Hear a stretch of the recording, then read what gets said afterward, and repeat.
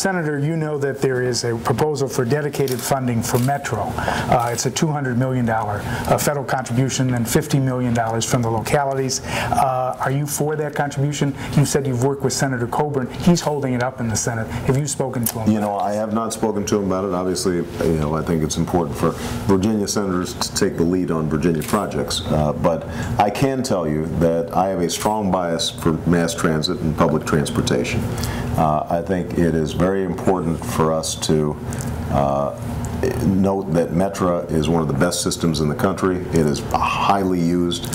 You've got huge problems with traffic here in Northern Virginia. It seems to me that it would be a wise investment. But more importantly, I want to be a good partner with Virginia and all the states when it comes to transportation. That's why I proposed a $60 billion infrastructure reinvestment fund created in part by the savings as we draw down from Iraq that would reinvest in roads, bridges, mass transit, other critical infrastructure needs here in the United States. Let me ask another Virginia transportation question. How about rail to Dulles? It's a $900 million contribution. Would you be for that? Well, as I said, I don't want to make commitments to projects that are outside of my home state that I haven't studied carefully.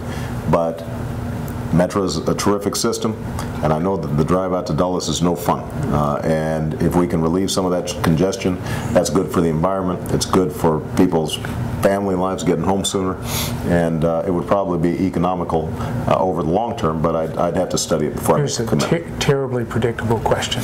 In the first year of your administration, will you push for D.C. voting rights in Congress? I will be fully supportive of D.C. voting rights. I have been in the past.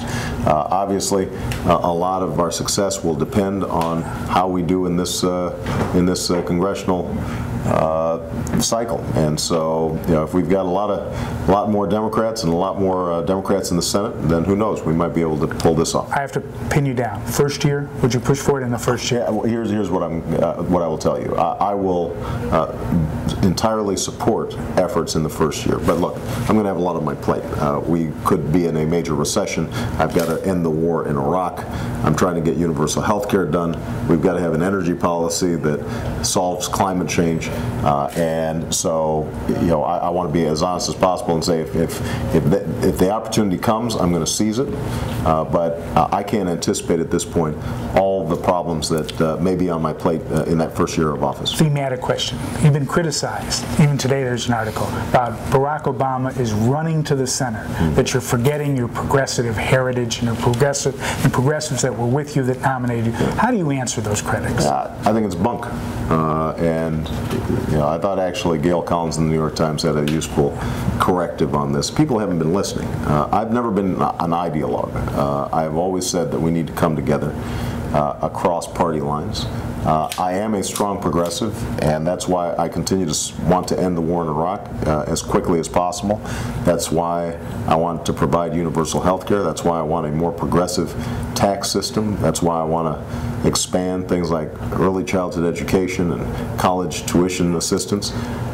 But I also think that, for example, places of worship can serve to provide enormous services all across our country, and I have consistently talked about working with the faith community to deal with issues. That's not a change. I have been somebody who supports the death penalty in the instance of heinous crimes. That's not a change. I've always believed that the Second Amendment means something, that there's an individual right there, but I've also said that that doesn't contradict with the idea of having tough gun control laws and background checks. So, you know, in each of these instances, I think that people have been scouring around for changes in position that frankly aren't there. I've been very consistent in my position. Final question, immigration. You're familiar in Prince William County, the local police can screen whether somebody is an illegal immigrant. Is this a local role? They say the federal government should do more. What do you think of the practices of Prince William County, and what is the federal role in immigration? Look, I understand why local communities have gotten frustrated because the federal government has been abdicating on its responsibilities to deal with immigration. I think it's a problem, though, if we start having a patchwork of 50 different states, all the different localities and communities, all running their own immigration enforcement systems. I think the federal government needs to do its job, and that means strong border security. That means cracking down on employers who are hiring undocumented workers. But it also means providing a means for undocumented workers who've been here a long time and who are committed to the American way of life to get out of the shadows, pay a fine, learn English, get to the back of the line, and ultimately to have some sort of pathway to citizenship. I think that's very important as well. Thank you very much. Hope you come on my show on Friday. Maybe when you're down in Virginia 2 points, you need a little push. There you okay, go. Thanks very much. Can you guarantee 2 points on your show? No, yeah, it's called the Plotkin. I can guarantee for 2 points. Is that what it's called? Now that I know, man. All right.